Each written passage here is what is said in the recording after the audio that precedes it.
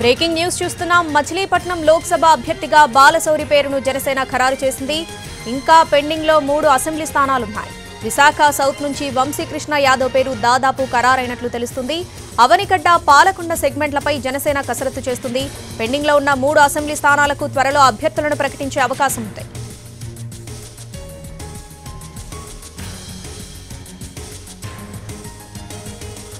మచిలీపట్నం లోక్సభ అభ్యర్థిగా బాలశౌరి పేరును జనసేన ఖరారు చేసింది. దీనికి సంబంధించి పూర్తి అప్డేట్స్ మా ప్రతినిధి పిఎంఆర్ చంద్రశేఖర్ అందిస్తారు. చంద్రశేఖర్, శ్రావణి, ఫస్ట్ నుంచి అనుకున్న విధంగానే వల్లభనేని బాలశౌరి పేరును బందరు పార్లమెంటు సెగ్మెంట్ కి ఖరారు చేస్తూ ఇవాళ అధికారిక ప్రకటన జనసేన పార్టీ విడుదల చేసింది. సో ఈ నేపథ్యంలో అంటే ముందుగా కాకినాడ, బందరు ఈ 2 సెగ్మెంట్లలో ముందుగా ఖరారైంది వల్లభనేని బాలశౌరి పేరే. కానీ మధ్యలో కొన్ని అవాంతరాలు కావచ్చు, కొన్ని ఆలోచనలు తెర మీదకు రావడంతో వల్లభనేని బాలశౌరి పేరు ప్రకటించుకున్న కొంత పెండింగ్ లో పెట్టిన పరిస్థితి కనిపిస్తున్నప్పటికీ అల్టిమేట్ గా అన్ని రకాలుగా సర్వేలు చేపట్టిన తర్వాత పూర్తి స్థాయిలో ఫీడ్బ్యాక్ తీసుకున్న తర్వాత వల్లభనేని బాలశౌరి అయితేనే కరెక్ట్ అభ్యర్థి, బందరు పార్లమెంట్ సెగ్మెంట్ నుంచి ఆయన పోటీ చేస్తే ఖచ్చితంగా గెలిచి తీరతారన్న ఫీడ్బ్యాక్ పార్టీ అధినాయకత్వానికి కూడా వచ్చిన నేపథ్యంలో పవన్ కళ్యాణ్ ఈ ప్రకటన వల్లభనేని బాలశౌరిని బందరు పార్లమెంటు జనసేన అభ్యర్థిగా ప్రకటిస్తూ నిర్ణయం తీసుకున్నారు. సో ఈ మేరకు ఇవాళ పార్టీ అధికారిక ప్రకటన విడుదల చేస్తుంది. ఇంకా మొత్తంగా చూసుకుంటా అంటే ఇక 3 అసెంబ్లీ సెగ్మెంట్లకు సంబంధించిన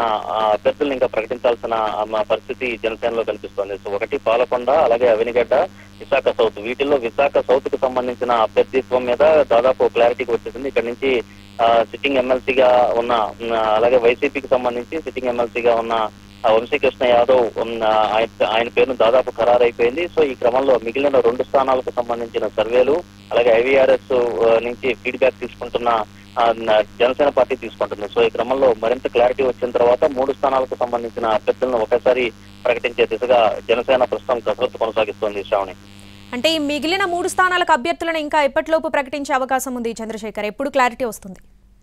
పార్టీ వర్గాలు చెప్తున్న దాని ప్రకారం అయితే ఇవాళ సాయంత్రానికి లేదా రేపటిలోగా దీనికి సంబంధించిన ఈ 3 స్థానాలకు సంబంధించిన అభ్యర్థుల వ్యవహారం మీద కొంత క్లారిటీ వచ్చే అవకాశం కనిపిస్తుంది. ఇప్పటికే ఒక స్థానానికి సంబంధించిన అభ్యర్థిని దాదాపు ఒక అభిప్రాయానికి వచ్చేసారు. విశాఖ సౌత్ నుంచి వంశీకృష్ణ యాదవ్ పేరు దాదాపు ఖరారైపోయినప్పటికీ 3 స్థానాలు కలిపి ప్రకటించాలనే ఉద్దేశంతో దాన్ని కూడా ప్రస్తుతం అధికారిక ప్రకటన చేయలేదు. సో ఈ క్రమంలో 2 స్థానాలకు సంబంధించిన కసరత్తు తుది దశలో ఉంది.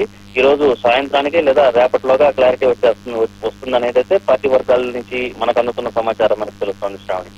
Right Chandrashekar, thanks for the updates.